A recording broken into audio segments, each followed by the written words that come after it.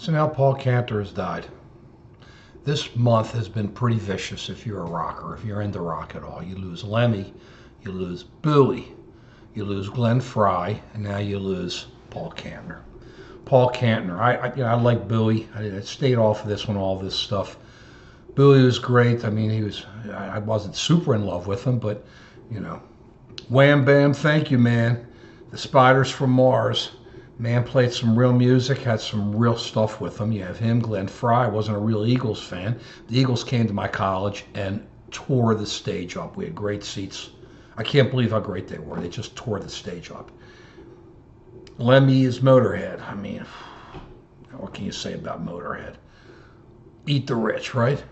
But then you turn around and now we hear that Paul Kantner has died from the airplane. I'm sorry, the Starship. The airplane were major. It was 66, 67. It was really 67. Surrealistic Pillow comes out. I've just now come out of my British invasion phase, and with the Beatles and the DC-5 and the Animals and the Stones, and now then the Paul Revere and the Raiders and the Beach Boys coming back with the American stuff. And suddenly psychedelia started happening, and all that was happening was out there in San Francisco, and you had to wear a flower in your hair. And those who have seen any of our stuff earlier know that I believe that Monterey, 1967, Monterey Pop was the greatest rock festival of all time. Woodstock was the end of an era. Monterey was the full flowering of that era as it started exploding out. You had everybody. Kantner, Airplane, 3/5 of a mile in 10 seconds, White Rabbit. One pill makes you larger and one pill makes you small, and you love your grace. I saw the Airplane and Spirit at the Civic Center with Larry and Robert and Benji and myself. And Benji went back with Robert, and they actually talked their way into the back. You can't do that anymore. Just kind of walked right up the steps of the stage and was in the back. And Benji came out, and Larry and I were waiting for him. Clay's always with us here, and told me about this big kiss he had with Grace Slick. I was red with envy. How can you not be? Red with envy. And for years and years. And then like 35, 40 years later, Benji told me, you really didn't get a kiss from Grace Slick. I said, I don't want to hear that. As far as I'm concerned, you did. But the Airplane were incredible. Starship were okay, but I followed the Airplane. I mean, after bathing at Baxter's, then you start rolling into the Starship when I'm in college.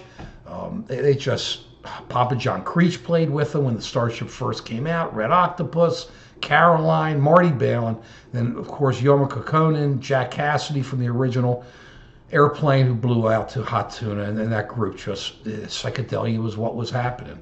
It was what was happening, and it was great music, and you really have to listen to it. But what's crazy is it was the rockers that kind of let our generation into the new world and the major changes and stopping the war and civil rights and all these other things that just kind of happened. And now it's the rockers that seem to be leading us out. It's my melancholy is palpable. You know, when you talk about rock and roll heaven, the Righteous Brothers back in the early 70s or late 60s when it came out, and they were singing about Jimi Hendrix and Janis Joplin and Jim Morrison, and you had some others. And now it's just getting really crowded up there. It's bigger than the Rolling Stone Rock and Roll Hall of Fame thing. They're just blowing out, and it's heavy living. But I just remember them as young and waking up and wanting to get their next album and just seeing what was happening, and that was their social media. And the melancholy is incredible. You just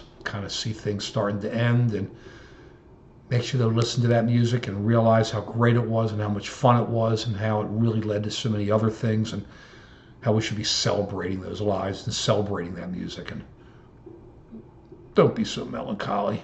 It's tough, but I am. And who's next doesn't matter.